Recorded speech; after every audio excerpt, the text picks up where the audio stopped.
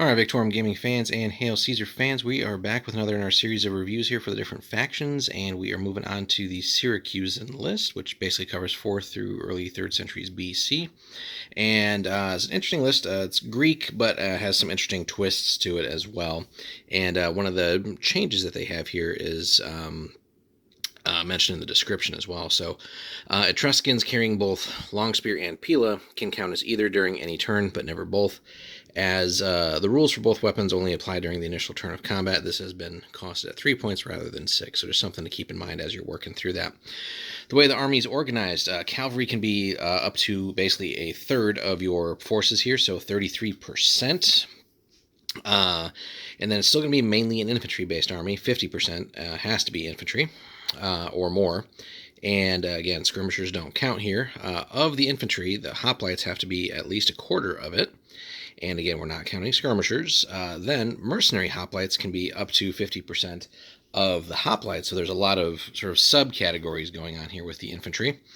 And let's see here. Up to half the hoplite units in the army can be mercenary hoplites, and that also includes the bodyguard, so something to keep in mind here.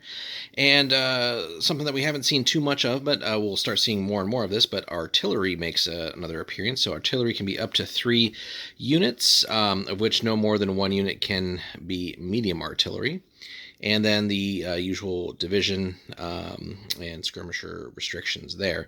So if we take a look at the actual list then, it's not too long, although there is a fair bit of stuff here. So we start off with mercenary hoplite guard infantry, heavy infantry, armed with long spears. So you just get 1 unit of them. So again, might as well take advantage of it. They are elite in phalanx, typical heavy infantry stat line, and for 35 points for that 1 unit. So basically cream of the crop there. Basically, they're only missing like stubborn or something else to really push them over the top, but still, that's really good. Then we have just mercenary heavy hoplite infantry with long spears. They're still phalanx. They just basically, you're just not getting elite with them, but 32 points a unit there. So, and again, you have access to multiples of those depending on the size of the game. Syracusan and allied hoplite heavy infantry armed with long spears. So just a slight downgrade there. They are levies though, but points cost is also significantly lower. But 6s on the clash and sustained for you guys there. Then Etruscan heavy infantry armed with a mix of long spears and pila, so that's that thing that we were looking at earlier. And interestingly here, they are also back up to the 7s, and that note at the beginning of the description there. But again, you have access to plenty of that.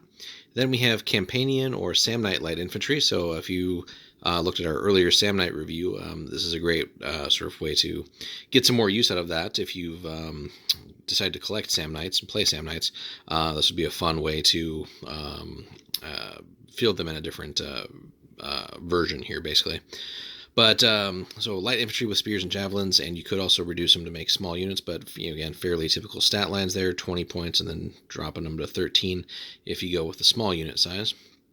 And again, they're light infantry, so they'll do light infantry work basically. So just don't get the wrong ideas with these guys and put them up against things that they're not designed to fight. Gallic medium infantry, so again. Basically more allies, essentially. Gallic medium infantry with or warbands with swords and javelins, so just the 1 unit of them. They are wild fighters, as you typically will see with the Gaul lists. Massive clash value of 9 there, so again, really going to be heavy hitting. Drops down to a 6, though, and as with so many of these warband units and lighter units like that, they're really deadly at the start, but then as a fight drags on, they gradually wear down and wear out. And only a 5-up save, as you might expect. But still, a nice punchy little unit for 28 points there. A Spanish Scutari medium infantry with heavy javelins, counting as pila, so again, kind of like an Iberian mercenary unit type of deal. So again, typical medium infantry stat lines. They do have some of that short range firepower as well with those javelins, which again, counting as pila, you get the 1 unit of them for another 26 points. Jumping into the skirmishers, we get a little bit of variety here. So the typical javelin skirmishers, small units with that typical price. And then we could bump bump half of them up to sling armed if you want a little bit longer range. And one unit could also have bows instead of the javelin. So again, another long-range option. And each of those is just a 1-point upgrade from the regular small unit. But again, taking some of these, of course, will be useful. Just again, give you more of that long-range ability. Just because nothing else in the army really has it except for the artillery. So being able to reach out and whittle down the enemy a little bit, at least, is crucial. Greek medium cavalry armed with spears and javelins. We've seen similar things before in some of the lists we've looked at. Very respectable clash value, but again, drops down pretty heftily to a 5 and sustained, and a 5 up morale. No other special rules or anything there. 27 points a unit, but again, a third of your army can be cavalry, and they're considering that there's no other restrictions on those guys, having access to some solid cavalry definitely gives the Syracusans a little bit of flexibility here. Also, light cavalry with javelins as small units. Yeah,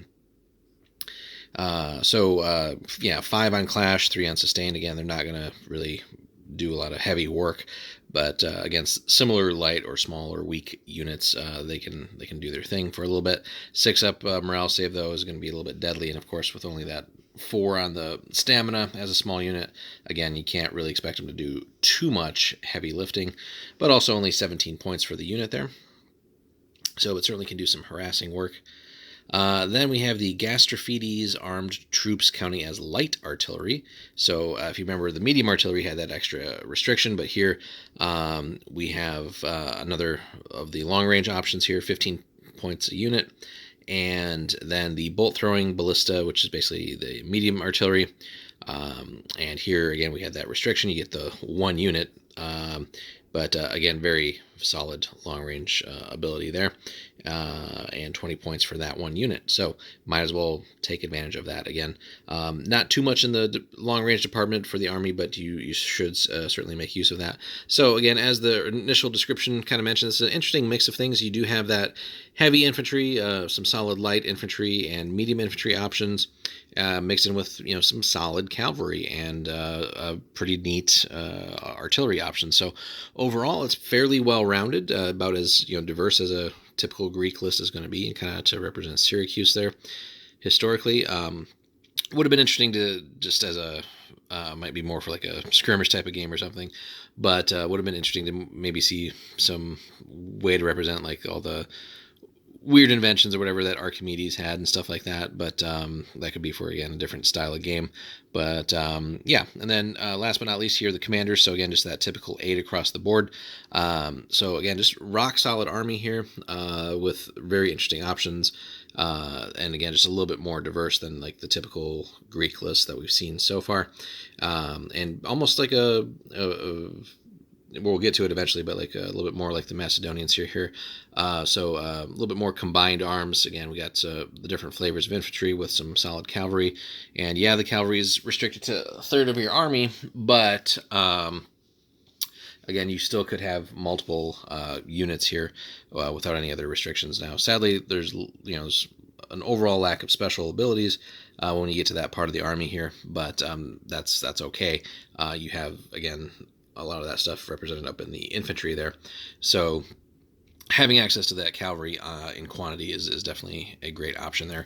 And overall, depending on how heavy you want to go with the cavalry, gives the Greeks or Greek list like this maybe a little bit more speed than the opponent might be expecting. So, if you're making smart orders and passing your rolls and stuff like that, you could certainly win that maneuver battle against an army or against an opponent that might think that you're going to be a little bit more sluggish and kind of slow and steady. So there's a lot of interesting options here to go with. And certainly collecting wise, model wise, again, you get to use a lot of the existing Greek ranges and things like that. But on the painting side, certainly you could theme them a little bit differently, make do some research and figure out what some of the colors and schemes and stuff were for Syracuse, and again, just really make them stand out again against like the typical Greek list representing like Athens, or a Spartan list, or even later on like a Macedonian list or something like that. So the Syracusans could definitely stand out on their own here. So definitely another one to